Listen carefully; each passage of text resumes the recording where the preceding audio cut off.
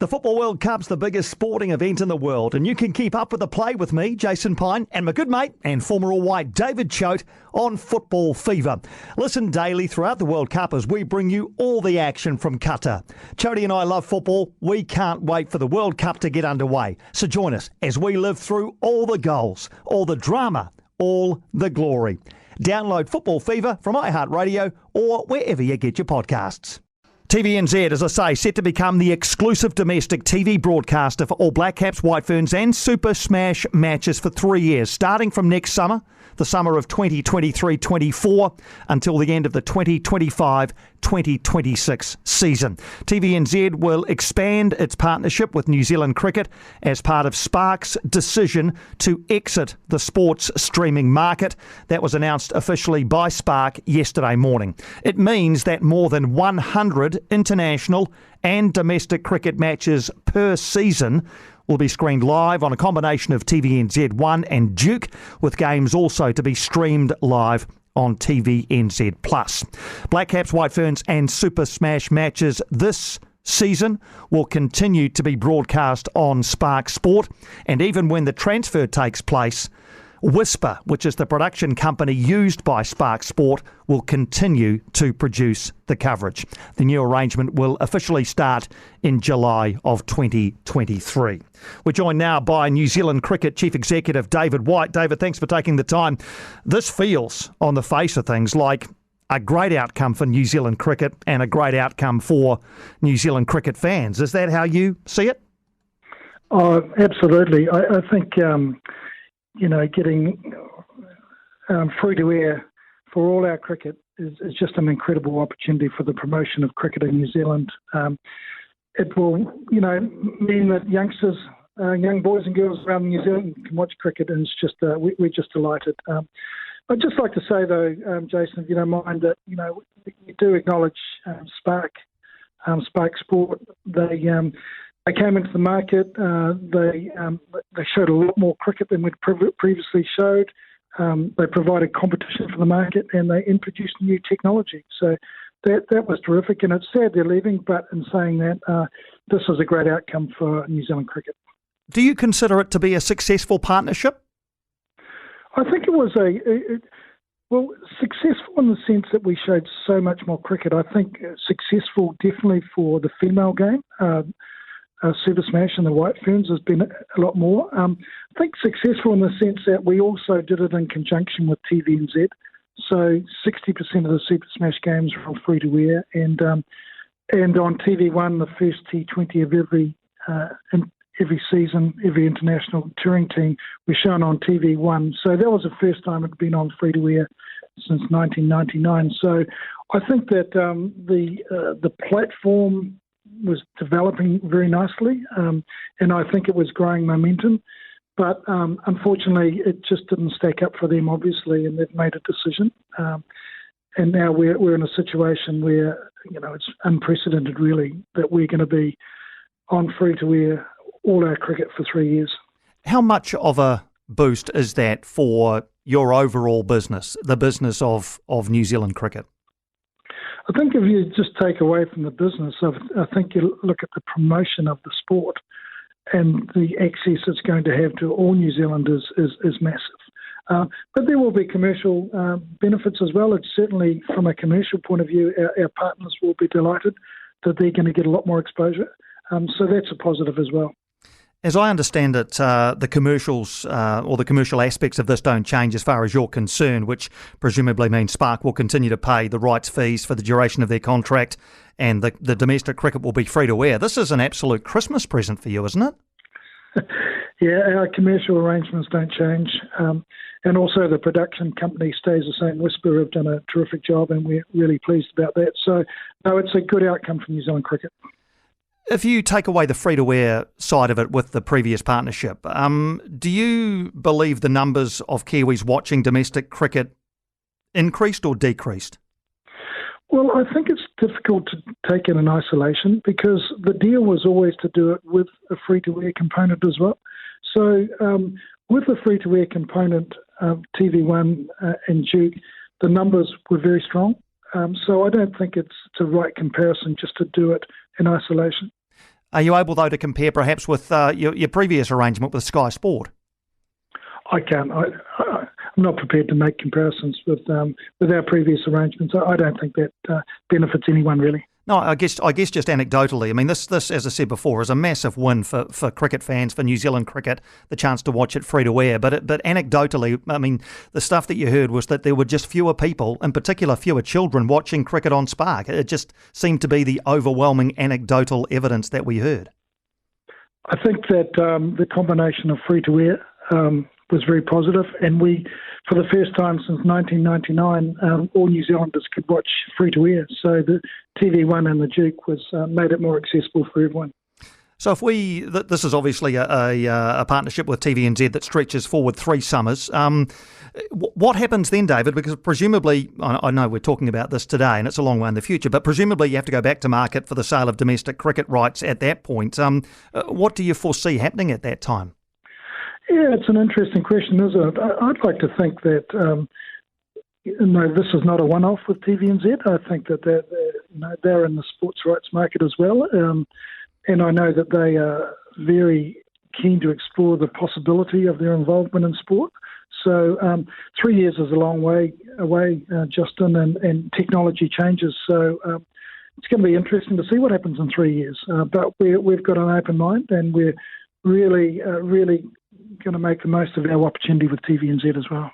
So in the future, is one possible scenario that you may partner again with Sky Sport? I don't think we can discount anything in the future. How difficult is it, David, to balance the two sides of this? Wanting to get as much exposure for the game as possible, and free-to-air obviously helps you do that, but also have the commercial imperatives that that selling the rights to cricket does provide you with a significant revenue stream. How tough a balance is that? I think that where we are placed now in New Zealand cricket, we are now we've matured. We're in a more solid financial footing. So I think as important as the commercials are the promotion of the game. We really want to grow the game, and in particular, we want to grow the women and girls area as well. And it's great momentum we've got there now, and I think this is a real opportunity. So for us, it's not all about money. It is about taking a holistic approach and growing the game as well. And is there an element of the TVNZ partnership that allows you to do that, apart from screening the games? Is there a promotional aspect too, commercials, things like that? Yeah, absolutely. I think they're a big machine, aren't they? Our state broadcaster, they've got lots of resources, and I think that they can really support us in the promotion of the game, social media and the like. So, some big areas of opportunity there. How do you? I know it's not your place really, but how do you feel about those who worked for Spark Sport, worked hard for Spark Sport, worked for Whisper and produced the content, which everybody agrees was top class production and content. Do you feel a little bit for those people today? Yeah, we do, and I think around New Zealand Cricket Office and our people, they're feeling from those people at Spark. We've formed close relationships with them. We've worked really well with them. Like you said, it's been high quality production. So it's difficult. Well, hopefully a number of those people might move over. I don't know, but hopefully they're not all lost. Yeah, no, I'm sure that'll be the case. As is the case with production companies, they tend to use the same contractors. So I think you're right. There'll be people who are redeployed. So in summary, David, a good day today for the sport of cricket in New Zealand. I think it's an incredible day for the promotion of cricket in New Zealand. Thanks for taking the time for the chat, David.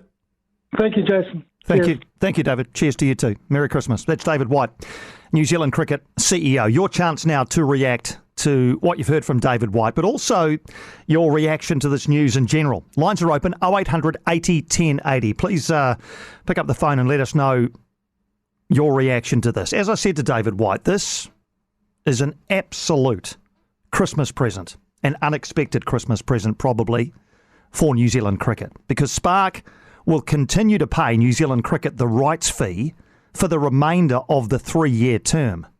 But all domestic cricket from next summer will be free to air on TVNZ with no paywall. That is huge. It's enormous, and it is totally inadvertent from New Zealand cricket. This isn't anything that New Zealand cricket have done. It's absolute and total good luck. I bet they cannot believe how lucky they have got.